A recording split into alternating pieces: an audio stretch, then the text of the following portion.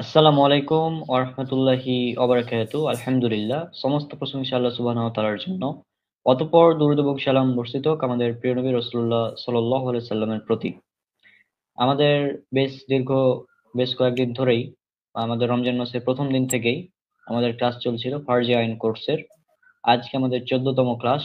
আমরা গত ক্লাসে বিবাহ সম্পর্কে আলোচনা করেছি এবং আজকে আমাদের ক্লাস আলোচনা করা হবে তালাক সম্পর্কে এবং আরো বেশ কিছু বিষয় এর সঙ্গে যেগুলো আছে সেগুলো নিয়ে। তো আমাদের মাহমুদুল হোসেন ভাই ক্লাস নেবেন।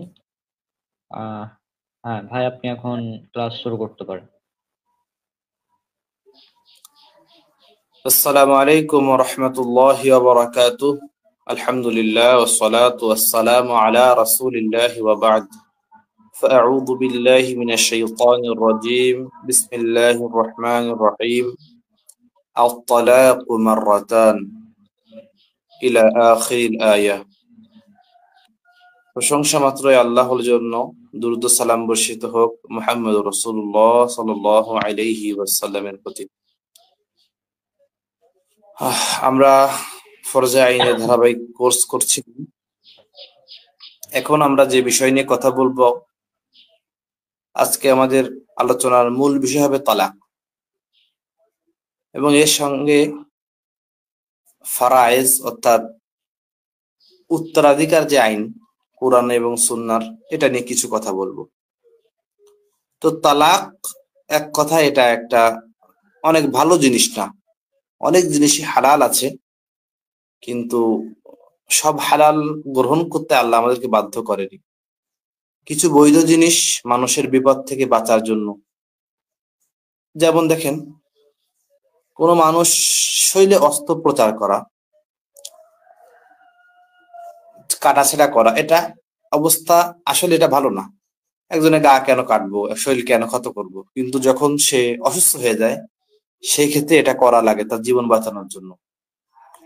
তো দুইজন, একজন পুরুষ একজন মহিলার সম্পর্ক এমন একটা তিক্ত ভাব অনেক সময় চলে আসে যে এই তিক্তটা কাটানোর জন্য একটাই উপায় থাকে, সেটা হলো তলাক। যদি তলাকের বিধানটা শরীয়তে না থাকতো তাহলে অনেক স্বামী স্ত্রী তারা আত্মহত্যা করেই মারা যেত। যাই হোক, তো এখন তলাকের আবিধানিক বা শাব্দিক অর্থ আমরা বলি, তলাক মানে হলো খুলে দেওয়া, তালাক অর্থাৎ ছেড়ে দেওয়া। আল্লাহ নবী সাল্লাল্লাহু আলাইহি সাল্লাম মক্কা বিজয়ের সময় মক্কার কাফেরদেরকে বলেছিল যে তোমরা আমার কাছে কেমন ব্যবহার আশা করো। তারা বলছিল একটা বাবা বা চাচা তার সন্তানের কাছে যেমন ব্যবহার আশা করে তেমন ব্যবহার আশা করি। তো আল্লাহ নবী শুনে বলছেন, আনতুমুত তুলাকা, তোমাদেরকে তালাক দেওয়া হলো, অর্থাৎ তোমাকে ছেড়ে দেওয়া হলো, তোমাদেরকে কিছু বলবো না। তো এখান থেকে তলাক শব্দটা গ্রহণ করা হয়েছে। আরেকটা জিনিস হলো, শরীয়তের ভিতরে কোনো মানুষকে যদি তালাক দেওয়া হয়, তালাক দেওয়ার পরে তাকে নেওয়ার কোনো শারঈ ভিত্তি নেই, তাকে আনার। আমাদের বাংলাদেশে হালালা বা হিলা বিবাহর কথা আছে, এটা হারাম একটা পন্থা, একটা হানাফি মাযহাব অনুযায়ী হারাম, হেদায়ের ভিতরেও এটাকে ইমাম মুহাম্মদ রাহিমাহুল্লাহর কওল অনুযায়ী একটা হারাম, নাজায়েজ। এখন তালাক কাকে বলে? নির্ধারিত শব্দবলী দ্বারা বিবাহ বন্ধন ছিন্ন করাকে তালাক বলে, নির্ধারিত শব্দ দ্বারা। হাদিসে কিছু কিছু হাদিসে এই কওল আছে যে আল্লাহ তাআলার কাছে এটা অপছন্দনীয় আমল, আবগাদুল হালাল ইলাল্লাহি তালাক। এই হাদিসটার সনদটা গ্রহণযোগ্য নয়। তো এখন তালাক, অনেক সময় আমরা তালাক দেই কিন্তু সেটা তালাক হয় না। আল্লাহ কোরআনের ভিতরে বলেছেন, আত-তালাকু মাররাতান, তালাক হলো দুই পার। ফাইমসাকুম বিমারুফ, এরপরে তাকে ছেড়ে দিতে হবে, ইমসাক ধরে রাখতে হবে, আও তাসরিহুম বিইহসান, না হলে ছেড়ে দিতে হবে। এখন তালাকের পদ্ধতি, তালাক তালাক দেওয়া তো আমি বললাম যে নির্ধারিত শব্দবলী দ্বারা বিবাহ বন্ধনকে ছিন্ন করে তালাক বলে। তালাকের পদ্ধতি হলো দুইটা, একটা হলো সুন্নাতি তালাক, একটা হলো বিদআতি তালাক। সুন্নাতি তালাক কাকে বলে? অর্থাৎ আমরা তো সুন্নাত মানবো। সুন্নাতি তালাকটা দুই প্রকার, একটা হলো আহসান তালাক, একটা হলো হাসান তালাক, একটা হলো অতি উত্তম তালাক, একটা হলো উত্তম তালাক। তো অতি উত্তম তালাক হলো স্ত্রীর মাসিক থেকে পবিত্র হওয়ার পর স্বামী ওই অবস্থায় অর্থাৎ ওই পবিত্র অবস্থায় তার সাথে কোনো প্রকার কোনো সম্পর্ক করবে না এবং তাকে এক তালাক দিবে, পরবর্তী 3 হায়েজ পর্যন্ত অপেক্ষা করবে এবং এর মধ্যে স্ত্রীর সাথে কোনো প্রকার সম্পর্ক করবে না। এইভাবে 3টি হায়েজ শেষ হলে স্ত্রী তালাক দিবে, 3 হায়েজে 3 তালাক দিবে। এটা হলো আহসান তালাক, অতি উত্তম তালাক। এবং হাসান তালাক হলো মাসিক থেকে পবিত্র হলে তার পরবর্তী প্রথম পবিত্রতা 1 তালাক, এইভাবে তালাক দিয়ে ফেলবে। কিন্তু শর্ত হলো এর মাঝখানে কোন প্রকার শারীরিক সম্পর্ক তার সঙ্গে হবে না। আরেকটা বেদাতি তালাক, সেটা হলো একসঙ্গে 3 তালাক দেওয়া অথবা হায়েজ অবস্থায় তালাক দেওয়া। গ্রহণযোগ্য মানে এই বিষয়েও আসলাফদের অনেক মতভেদ রয়েছে। অধিক জমহুর মুহাদ্দিসিন তাদের মতে তালাক হবে না, একসঙ্গে যদি কেউ 3 তালাক দেয় তাহলে 1 তালাকও হবে না, তালাকই হবে না। কেউ কেউ বলেছেন 1 তালাক হবে। আর 4 মাযহাবেরই আবু হানিফা, আহমদ বিন হাম্বল, মালিক এনাদের মতে তালাক হয়ে যাবে। তো আমাদের সুন্নাত অনুযায়ী যদি দিতে যাই তাহলে সব থেকে অতি উত্তম হলো যে স্ত্রীর মাসিক থেকে পবিত্র হওয়ার পর স্বামী ওই স্ত্রীকে 1 তালাক দিবে, এরপর থেকে পরবর্তী 3 হায়েজ পর্যন্ত অপেক্ষা করবে এবং এর মধ্যে স্ত্রীর সাথে কোনো সম্পর্ক করবে না। এইভাবে 3 হায়েজ শেষ হলে স্ত্রীকে তালাক দিবে।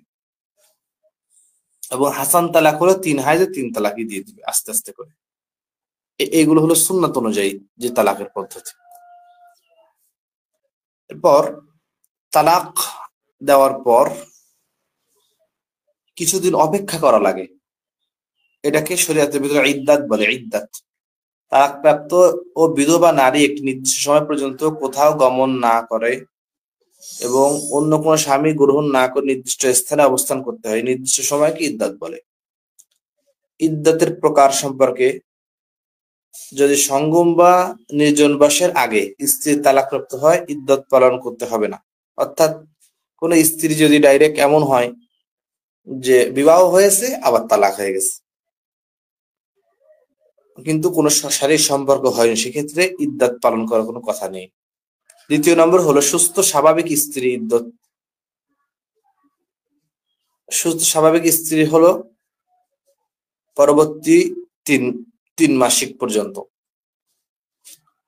এরপর হলো অল্প বয়স বা বার্ধক্য, যাদের এখনো হায়েজ বা মাসিক হয়নি, সেই ক্ষেত্রে সে 3 মাস অপেক্ষা করবে। আরেকটা হলো গর্ভবতী যারা নারী রয়েছেন তাদের ইদ্দত হলো সন্তান জন্ম পর্যন্ত। যদি 9 মাসে তালাক হয়, তার 10 মাসের সন্তান যদি হয়ে যায় তার ইদ্দত পালন হয়ে যাবে। এরপর স্বামী যদি মারা যায় অথবা স্ত্রী গর্ভবতী না হয়, সেই ক্ষেত্রে যেটা কোরআনে রয়েছে সেটা হলো আরবাআত আশহুরি ওয়া আশরা, 4 মাস 10 দিন। স্বামী যদি মৃত্যু হয়ে যায় এবং স্ত্রী যখন গর্ভবতী না হয়, সেই ক্ষেত্রে তার ইদ্দত হলো 4 মাস 10 দিন। এরপর ইদ্দত পালন করা সংক্রান্ত কিছু বিষয় রয়েছে, সেটা হলো তালাকপ্রাপ্তা বা বিধবা নারী তার স্বামীর ঘরে ইদ্দত পালন করবে, অন্য কোথাও যাবে না। তার স্বামীর ঘর থেকে, তার স্বামীও তাকে ঘর থেকে বের করতে পারবে না।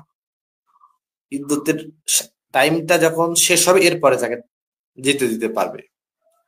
তবে এই সময়টা তারা পারস্পরিক বিচ্ছিন্ন যদি হয়ে যায় বা মিটামিটি হয়ে যায় বা সালিশ এসে বলে যে তুমি বাসায় চলে যাও, সেই ক্ষেত্রে যেতে পারবে। এরপর স্বামীর ঘরে ইদ্দত পালনকালে তালাকপ্রাপ্ত স্ত্রীর থাকা, খাওয়া, ভরণ পোষণ এগুলো স্বামীকে দেওয়া লাগবে। এমনকি স্ত্রী অসুস্থ হলে চিকিৎসা খরচও তাকে দিতে হবে। কিছু মাসআলা তালাক সংক্রান্ত, এটা খুব আমরা হালকা করে বলতেছি, যতগুলো না বললেই নয়। মুখে মুখে তালাক দিলে তালাক কার্যকর হয়ে যাবে, যদিও বাংলাদেশে, আমাদের দেশে তালাক দিতে গেলে অর্থাৎ লিখিত হওয়া লাগে, কিন্তু কেউ যদি মুখে 3 মাসে 3 তালাক দেয় তালাক হয়ে যাবে। রাগান্বিত অবস্থায় যদি তালাক দেয়, রাগের একটা মাত্রা আছে, হঠাৎ করে হালকা পাতলা এতে তালাক হবে না। কিন্তু যদি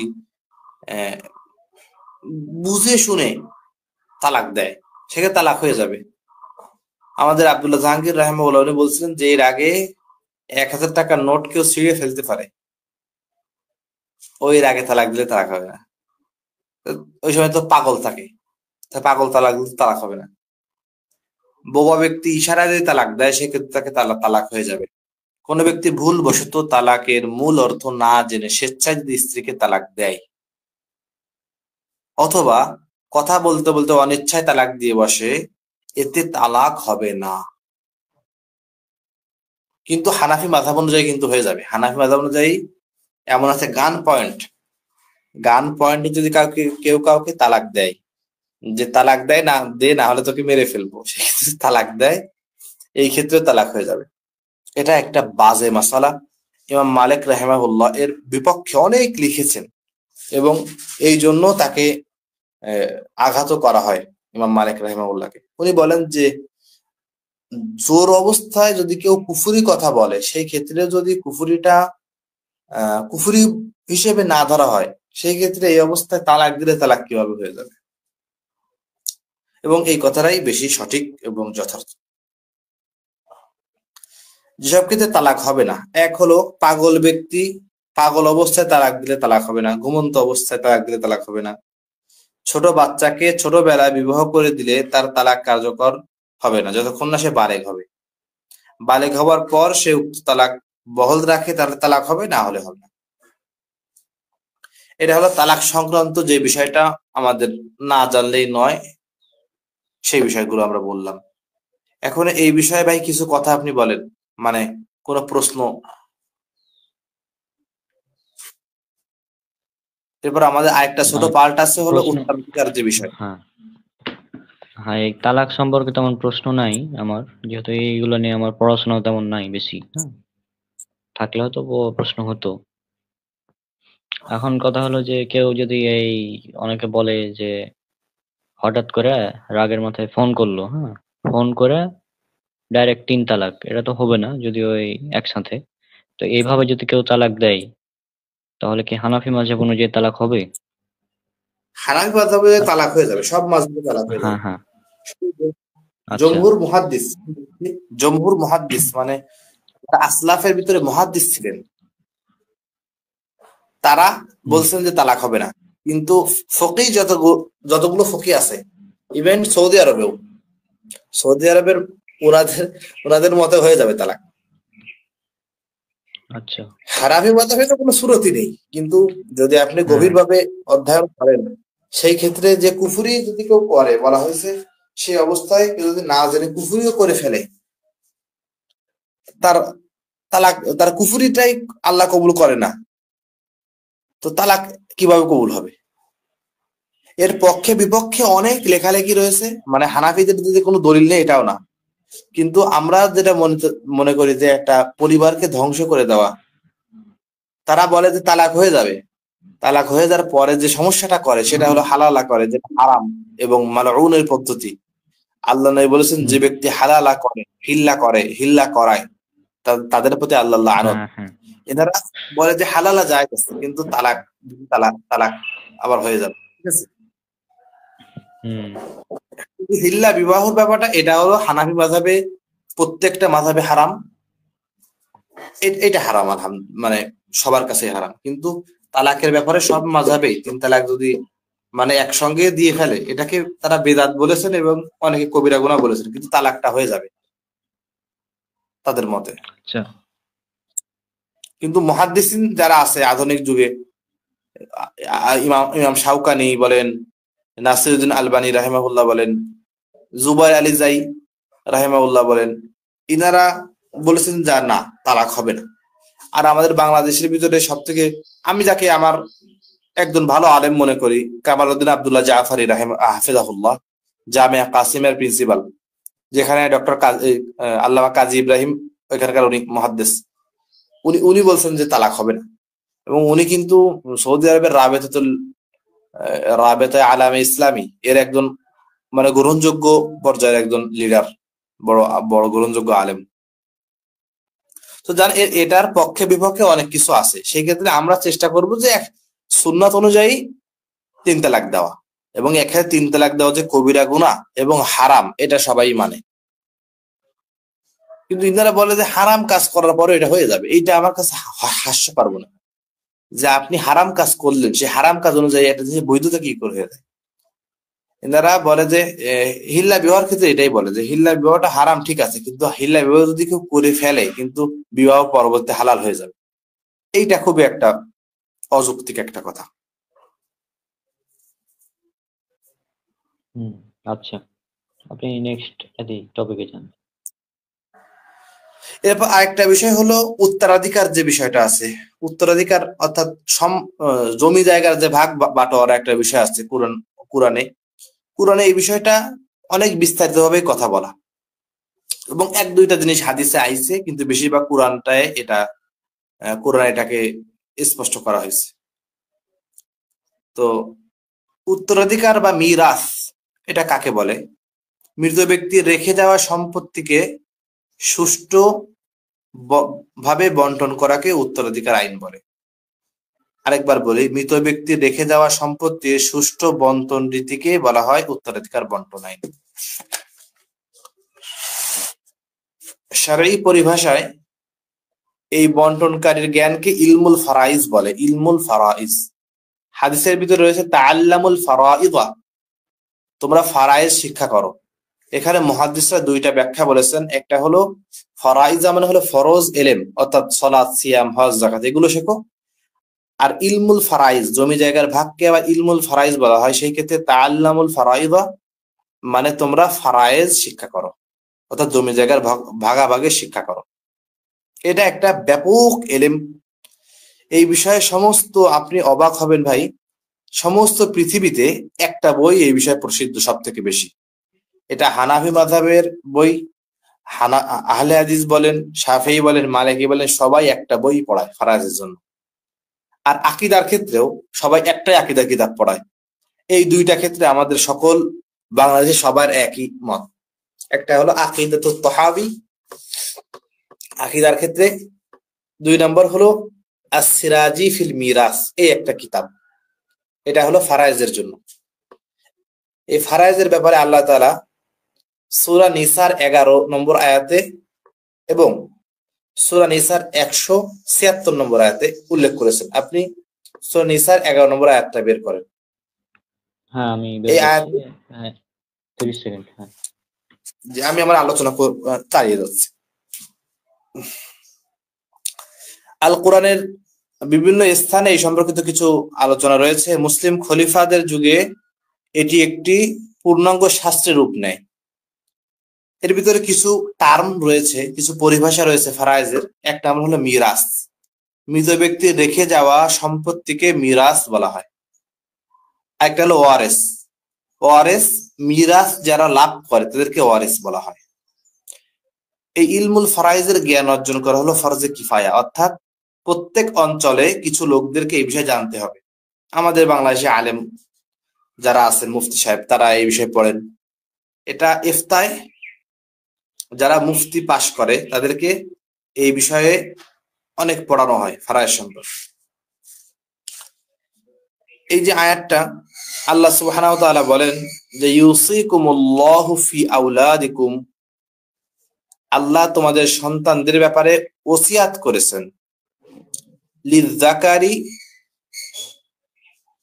মিসলু হাযযিল উনসায়াইন, একজন পুরুষ পাবে 2 মেয়ের সমপরিমাণ।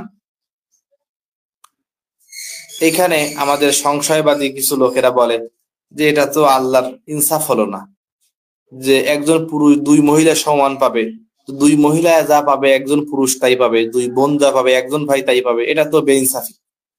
তো সেই ক্ষেত্রে আমি একটা গল্পের মাধ্যমে বলি। দেখেন, একজন বাবা তার ছেলেকে বলল যে তোমাকে আমি 10 টাকা দিলাম আর তোমার বোনকে দিলাম 5 টাকা।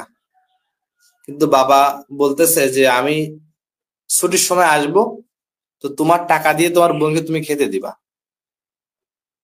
সেই ক্ষেত্রে দেখা গেল যে ওই যে ছেলেটা ওর বোনকে খেতে দিল 2 টাকা, ও খেলো 3 টাকা, ওর থাকলো 5 টাকা, পরবর্তীতে ওর বোনেরও 5 টাকা থাকলো, দুজনে কিন্তু সমান হয়ে গেল। আল্লাহ সুবহানাহু ওয়া তাআলা মহাজ্ঞানী, উনি দেখছেন একজন মেয়ে, তাকে তার স্বামী দিচ্ছে, তার বাবা দিচ্ছে, তার সন্তান দিচ্ছে, কিন্তু একজন ছেলে, তার তো আর স্বামী হয় না, তার হয় স্ত্রী, তার স্ত্রীকে উল্টো তাকে দেওয়া লাগে, তার ভাইদেরকে উল্টো তাকে দেওয়া লাগে। এই ক্ষেত্রে আল্লাহ সুবহানাহু ওয়া তাআলা পুরুষদেরকে বেশি দিয়েছেন, এটা হলো আল্লাহর হিকমত। আমাদের মোটা বেরেনে এটা আসবে না। আল্লাহ তাআলা বলেন যে আল্লাহু ইয়ালামু ওয়া আনতুম লা তা'লামুন, আল্লাহ জানেন তোমরা জানো না। এরপরে ফাইন কুন্না নিসাআন ফাওকা ইসনাতাইন, যদি মহিলারা 2 এর বেশি হয়, ফালাহুন্না সুলুসা মা তারাক, তাহলে মহিলারা 3 ভাগের 2 ভাগ পাবে যা তার আব্বা রেখে গিয়েছেন।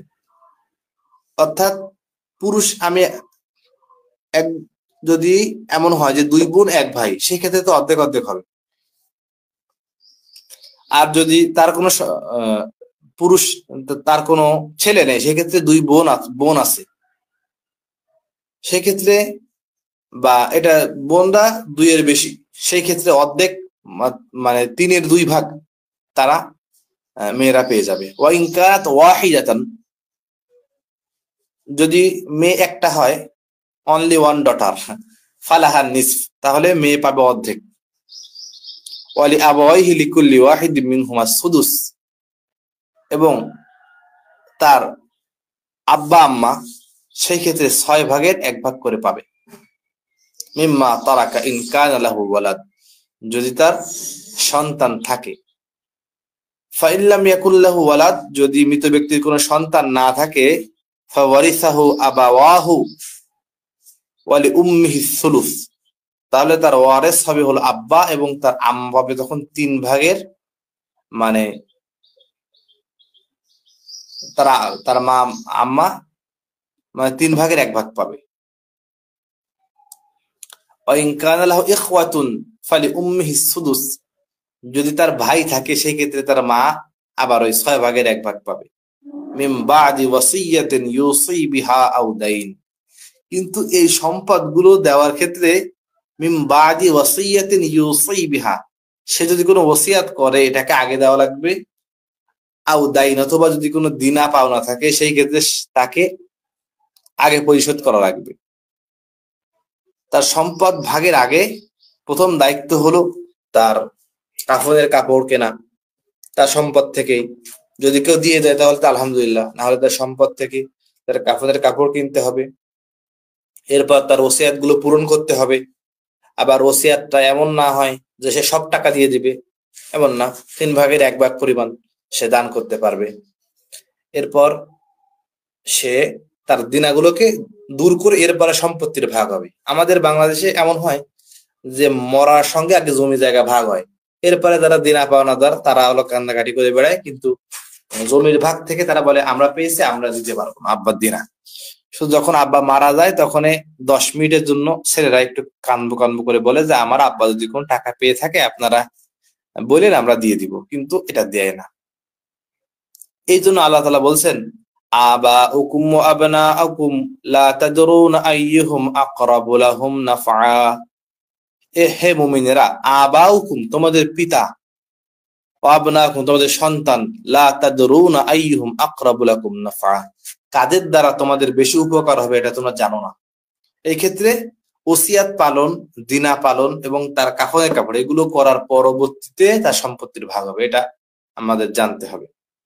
ফারিদাতাম মিনাল্লাহ ইন্নাল্লাহা কানা আলিমান হাকিমা, এটা হলো আল্লাহ তাআলার ফরজ, এবং আল্লাহ রাব্বুল আলামিন সর্বজ্ঞানী এবং সবথেকে বেশি হিকমতওয়ালা, প্রজ্ঞাবান।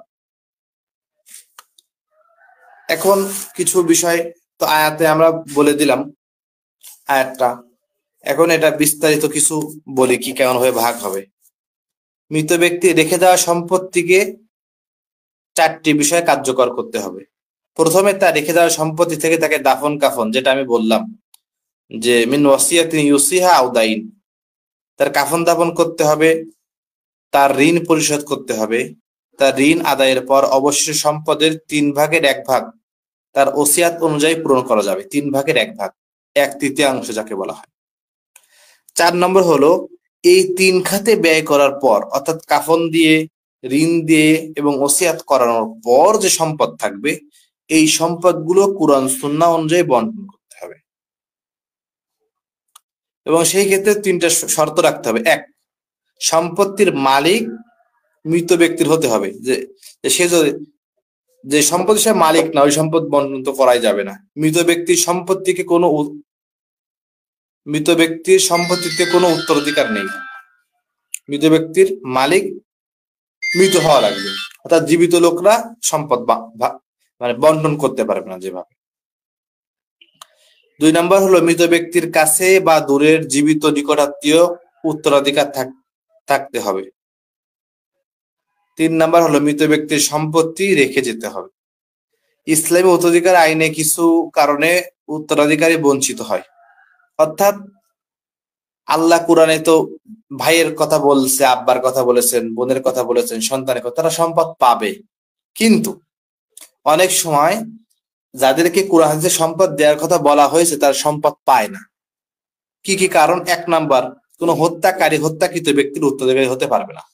কোন সন্তান যদি তার পিতাকে হত্যা করে, তার মাতাকে হত্যা করে, তখন ওই সন্তান ওই পিতা এবং মাতার সম্পদ পাবে না। 2 নম্বর হলো কোন দাস যদি তার মালিকের উত্তরাধিকারী হতে পারবে না।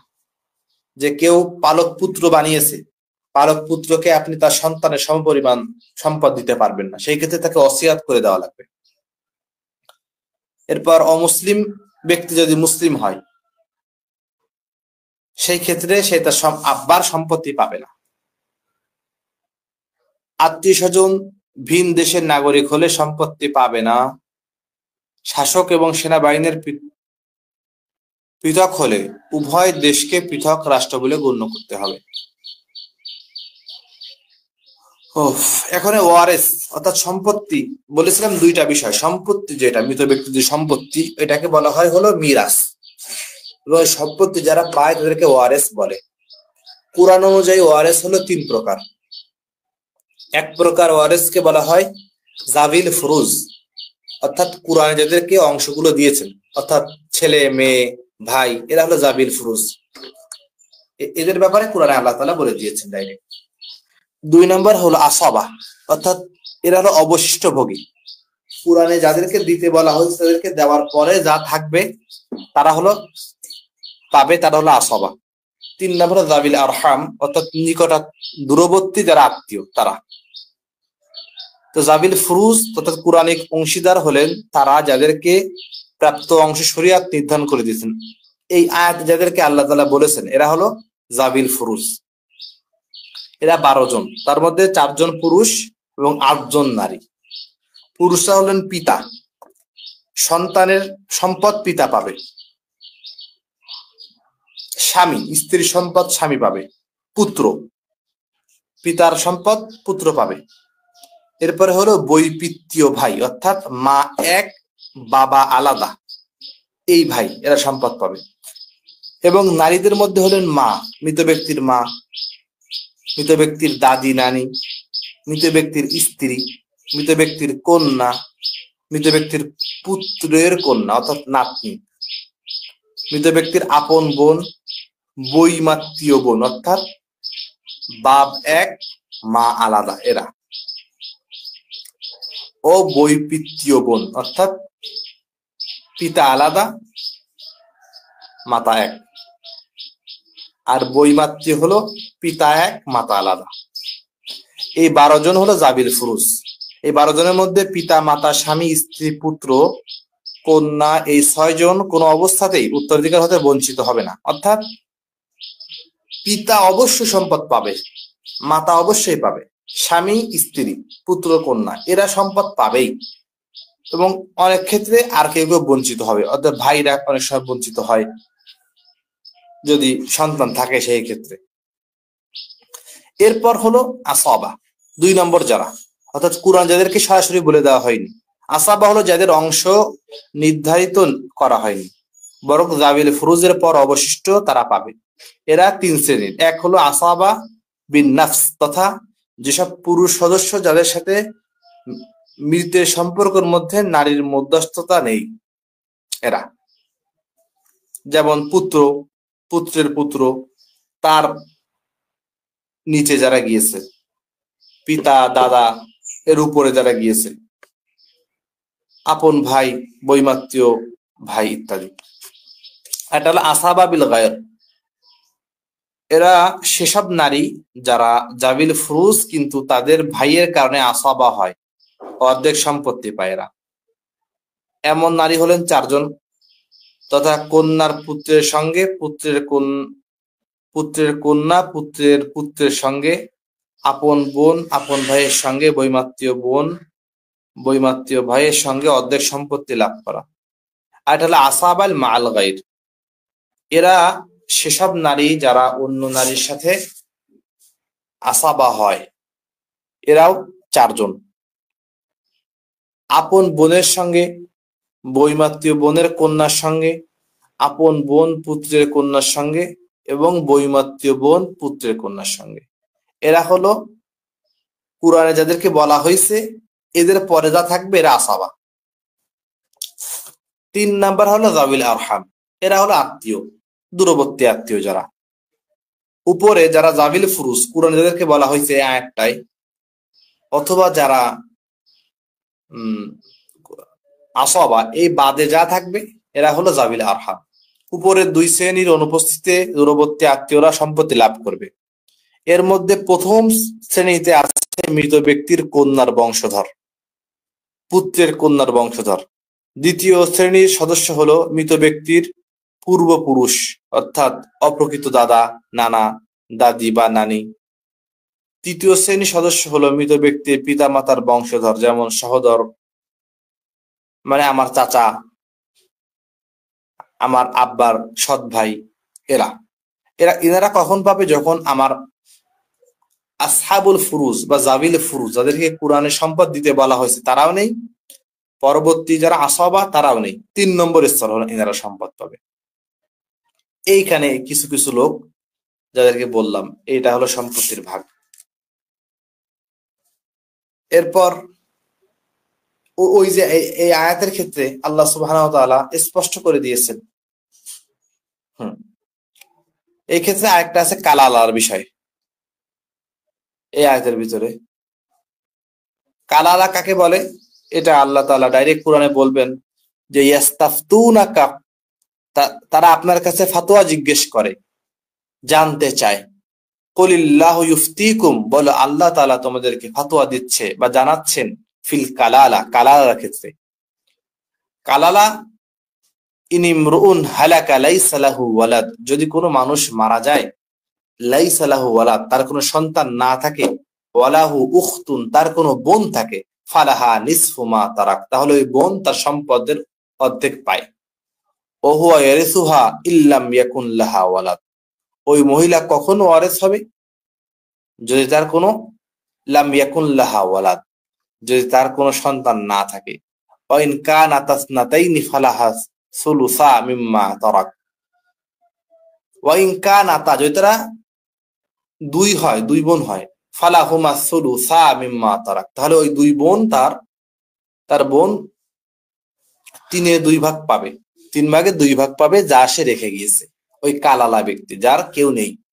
ওয়া ইন কানু ইখওয়াতান, যদি তার অনেকগুলো ভাই থাকে, ওয়া নিসাআন ফালিয-যাকারি মিসলু হাযযিল উনসায়াইন, তাহলে এই কোরআনের যে বন্টনটা, যে কোন মানুষের সন্তানরা পাবে হলো 2 বোনের ডবল, সেই ক্ষেত্রে ওই বিধানে চলে যেতে হবে।